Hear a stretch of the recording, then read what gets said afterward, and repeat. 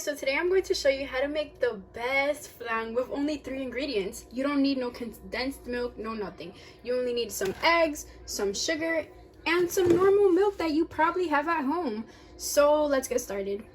First, you want to start by cracking your eggs into a large bowl or a container like this. This is the one I always use. So, depending on how large you want your flan, it depends how many eggs you're going to use. I'm only going to use about 5 or 6 since these eggs are really small.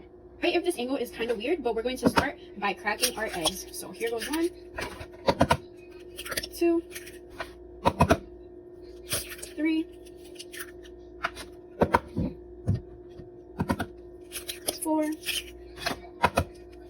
5, and 6 eggs. Now you want to get out a bowl in which you're going to put in the sugar. So you're going to need a lot of sugar. Seems like a lot, and it really is, but this is about how much sugar a condensed milk would have. So we're going to pour about a cup of sugar all into the egg mixture, and you're going to mix. Mixing is usually going to look like this, but you keep mixing, of course. And now is the time you're going to pour the milk into a bowl. So about a cup of milk, like so, to pour. You're going to mix. This is about after a minute or so of mixing. You're going to want to keep mixing, and we're going to add more sugar. I'm going to add about this much sugar once again, and we're going to mix away. Consistency to kind of be creamy, kind of like condensed milk.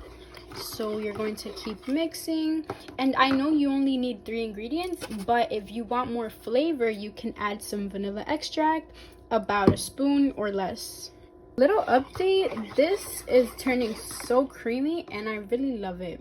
So yeah, we want to get ready for the flan, so we're going to get the container in which we're going to put it. We're going to get one of these because we're going to basically kind of take the egg yolk out of the batter or so, and then get a larger container with warm water that you can put this on top of, which is the flan container. So yeah, take a pan and start the heating.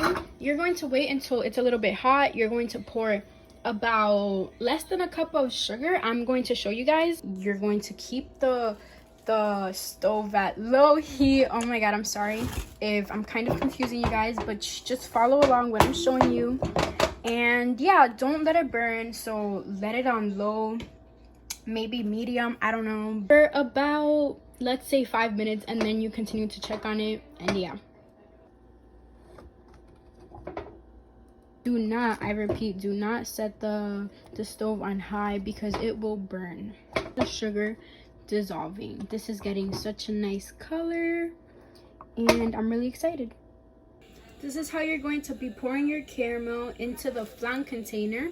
Be super careful because I know this is burning hot. Mind how my caramel is looking, but let's just continue. So you're going to take this, I really forgot how it's called, comment down below, I don't know. Anyways, you're going to pour the flan over here. So let's do that. Careful. Now let's pour it. Not all of it at once, but let's just pour it. See how the egg yolks are getting stuck? This is what we want. Your flan is really creamy. This is how it looks. A container with a lot of water, warm water that I said to get. Now we're going to put the flan on top. So 350. And it's on. 50 minutes, we're going to check on it. It could last between an hour to an hour and 10 minutes in the stove. I mean in the oven. This is about an hour update. You can start seeing the corners getting cooked, and this is how you're going to know it's ready. You can get something like a fork. Be really careful. See, it still needs some cooking. Hey guys, so I just took the flan out of the oven. I left the water in the oven and I only took the flan out because the water is really hot, so be careful please. Now what you're going to do is you're going to want to take a knife and kind of cut the corners like so. After you're done cutting the corners, please put your flan in the freezer for about 20 to 30 minutes to cool down, at least, at minimum. Currently in the freezer, you can see the caramel at the bottom. Please put it in the freezer, because if you don't, the flan will probably break. So now you're going to get a plate that fits the size of the flan, and you're going to flip it around.